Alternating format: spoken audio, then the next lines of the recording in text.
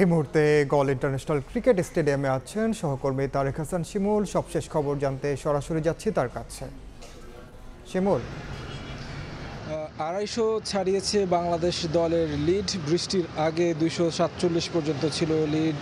নাজমুল হোসেন শান্ত মাঠে নেমেছেন, তার সেঞ্চুরির জন্য তিনি খেলছেন এবং কি লিটন দাস মুশফিককে, যেহেতু বৃষ্টির আগে মুশফিক আউট হয়েছিলেন, শান্তর সঙ্গে লিটন দাস নেমেছিলেন, যদিও তিনি 3 রান করে ফিরে গেছেন।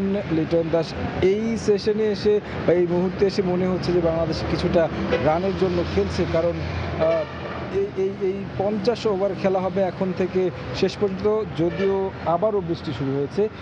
দর্শক, যদি আপনারা দেখতে পাচ্ছেন কিনা যে বৃষ্টি কিন্তু শুরু হয়েছে, ওই পাশে হয়তোবা গ্রাউন্ড কিন্তু কাভারে ঢেকে ফেলা হবে কিছুক্ষণের মধ্যে। আবারও বৃষ্টির বাধায় কিন্তু খেলা বন্ধ হওয়ারই কথা, যেভাবে আসলে এখন বৃষ্টি পড়ছে।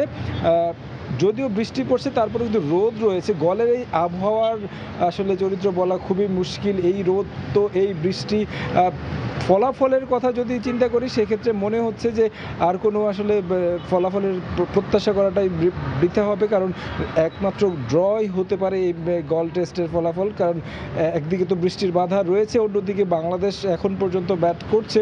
সেক্ষেত্রে যদি 45 কিংবা 40 ওভারও শ্রীলঙ্কা ব্যাট করার সুযোগ পায়, যদি বৃষ্টি না হয়, সেক্ষেত্রে কিন্তু বাংলাদেশের বোলাররা কতটুকু পারবে 40 ওভারের মধ্যে তাদেরকে অল আউট করতে। উইকেটের চরিত্র খুব বেশি বদলায়নি। গলের যেমনটা টিপিক্যাল একটা চরিত্র থাকে, 3 দিন কিংবা 3.5 দিন পর থেকেই স্পিনারদের পক্ষে কথা বলে, কিন্তু তেমনটা এই টেস্টে এসে দেখা যায়নি। যেই উইকেটে মুশফিকুর রহিম 2013 সালে ডাবল সেঞ্চুরি করেছিলেন, ওই যে একটা উইকেট ছিল, এইরকমই একটা উইকেটের ছাপ আসলে এখানে দেখা যাচ্ছে। পঞ্চম দিন পর্যন্ত অনেকটা বৃষ্টির বা ব্যাটসম্যানদের পক্ষে আসলে কথা বলছে। তো আমার কাছে এই ছিল সবশেষ খবর গল থেকে।